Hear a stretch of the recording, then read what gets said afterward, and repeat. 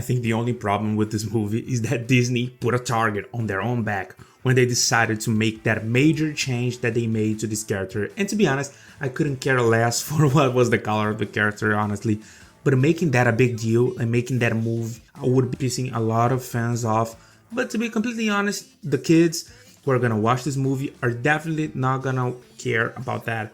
And I'm gonna explain a little more about this adaptation that Disney did, why it was so controversial. And let's go with this review. So please don't forget to leave a like, don't forget to subscribe, and let's go with this review. Well, I think putting things on clean sheets right now, I never watched a single minute of the original movie. I did not. So first of all, I was not born by the time the movie was released.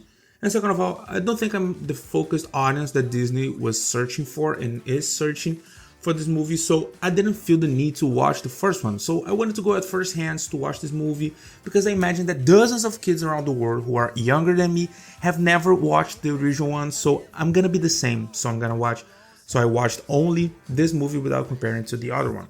And I think a lot of people in the internet are telling that Disney, it's a little bit tiring right now because instead of making good original stories, I'm not gonna put a Pixar on that, instead of making original stories, they're focusing on making not remakes, but reimaginations of their original screenplays and then putting them in the cinema with different lessons. Like, for example, with The Lion King, that they put animals just like we were watching like National Geographic. I think it did not work, but in the end, the movie got a huge success. Like, it was so overhyped. It got, I think, over $1 billion in box office. So of course they're going to keep doing that. Aladdin, for example, was good because it was using Will Smith was one of the greatest decisions they could have done. The marketing was so well done. It wasn't the same success financially as The Lion King, but I think the general public thought that Aladdin was a greater movie than The Lion King. Then they did Pinocchio, which was I want to say a complete failure, but it was worse than the other two. I liked it, but for so many people was, and I think they just putting that on Disney Plus, they did it a little bit worse than they was imagining, because if it was to the theaters, I think they would have give a little bit more effort to this movie. And then later on they did The Little Mermaid. I think what relies on is that, is this movie good, is this movie bad, or is it woke? I hate this way to put things on, but taking that ridiculous part out, it is a good movie. If you want to take your little sister, or little brother, or son, or daughter to watch this movie, go watch it. It is really good for a kid, or of course for an adult like me. You're gonna capture some glimpses of like emotional complexity that it does have in this movie, and I'm not gonna lie to you, but great movies for us to watch. There are a lot in this month. For example, we have Transformers now, Spider-Man, we have Fast 10, but I think it'll be honest for you to watch Little Mermaid than Fast 10.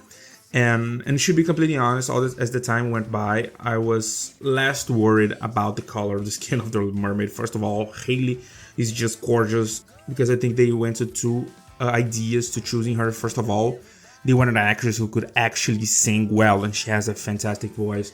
So I think choosing her, at least for that idea, was completely right. And actually doing the color mixing, I think it was more of a strategy of a marketing from Disney, because they wanted people to talk about it and to show the movie around without the spending a single dollar on propagandas. Just on the trailer itself made people, just an announcement made people already talk about it. So it was a very righteous move that Disney did. But at least for us and for kids, the main thing is making the movie look good, because if we're making this movie like that, you need to make it really good, making it implausible, making it fantastic. You need to put a great artistic vision to it and be very factual for kids. And it was great. So if you've never seen the movie and you want to understand what the movie is about, at least, I got you. Basically, the movie is about Ariel, who lives in the sea, and she's fictionalized by the fact that the humans exist, and she wants to know all about them and everything and so on. And he's so strict because her mother died to the humans, so it's a very cliche thing, but okay.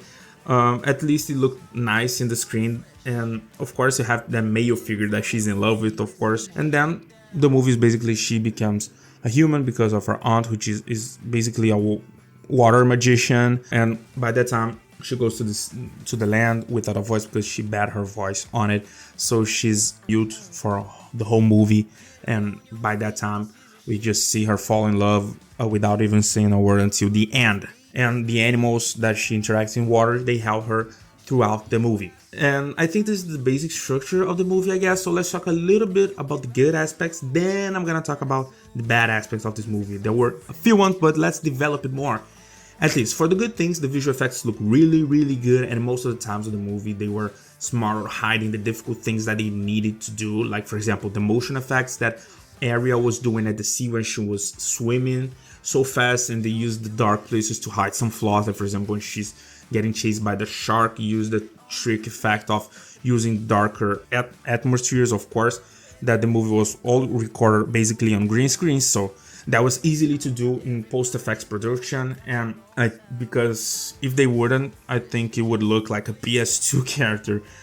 From the characters, I'm not gonna talk about all of them because there wasn't like a specific character that I did not like. I think all the actors nailed it as much as they needed to. Or like Javier Bardem, for example, he delivered what should have done. He's one of the best actors in Hollywood right now, and I think he had a very particular role as a father and how he wanted to be strict and how he developed his connections with her daughter. I think he did the best work that somebody could have pulled off from Ariel's father. And Ariel itself is she's a phenomenal actress. She was acting, of course, without speaking at some point of the movie where she needed just to show her emotions, her face, her eyes. So this for me was amazing. And the animals, of course, the actors that played it were fantastic. I think Aquafina did the bird, and the crab that did it, they were just phenomenal. The fish also was fantastic. There was a really fun part where they were singing, and then the crab was just interacting the hell out of himself. And I think that made me love him even more. I wasn't preparing to laugh throughout this movie at all. And the movie was a little bit darker than I was expecting. Not dark because it's not a dark movie, but at least talking about darker themes throughout this whole movie. I think this gave life to the movie and made us adults look at it with a different landscape. I liked it a lot, this aspect. I talked about that with my girlfriend. She liked that as well. And of course, the music, it's fantastic. I think they were incredible. The singing of Halle is just phenomenal. Just maybe have goosebumps all around my body. She was stunning. She was phenomenal. And grew me the fact that she was like the mermaid, I think was amazing. And at the end, who cares who is she? But as I said, it wouldn't hurt for her like to be a white mermaid with red hair. I think it wouldn't hurt. And let's talk a little bit about the things that I did not like a lot in the movie. First of all, as I said, her willing to go to the surface to talk to a guy that she just met. She's already in love with him. Like in 2 days, she doesn't even know who the guy is.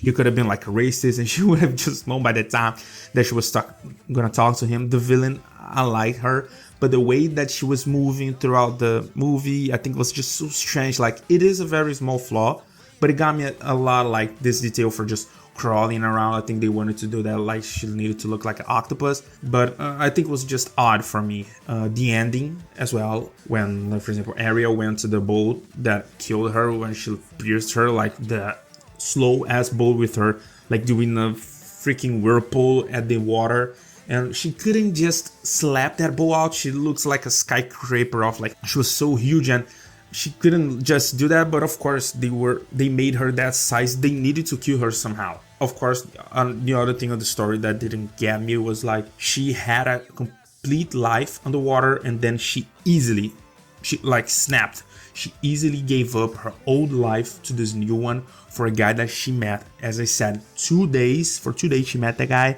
and she gave up her own life, her personal life, her friends, all of that, just to stay with him. And she knew about the world, just that small portion of an island.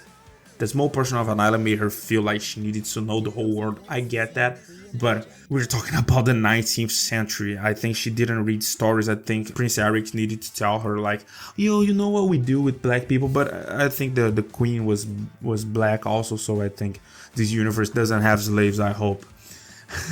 So yeah, I think that's it. The movie itself, it's in general was really good. I think for like if you have a kid, it's gonna love it. And the movie, I went to the theaters yesterday to watch this movie. The room was just full of kids.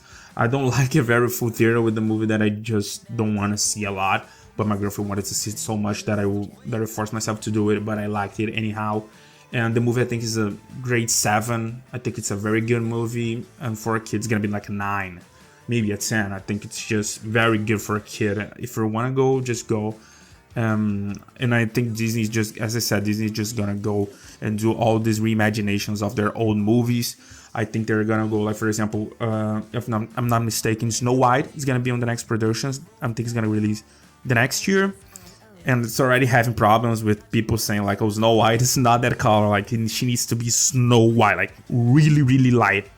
And the actress is white, but it's not as light. So, I mean, I don't have a problem with that, as long as the movie stays in touch with what is right and what the Little Mermaid did. They changed the character, the appearance, yeah, but the movie stayed the same and it stayed awesome. They did a fantastic reimagination. So yeah, I think that's it.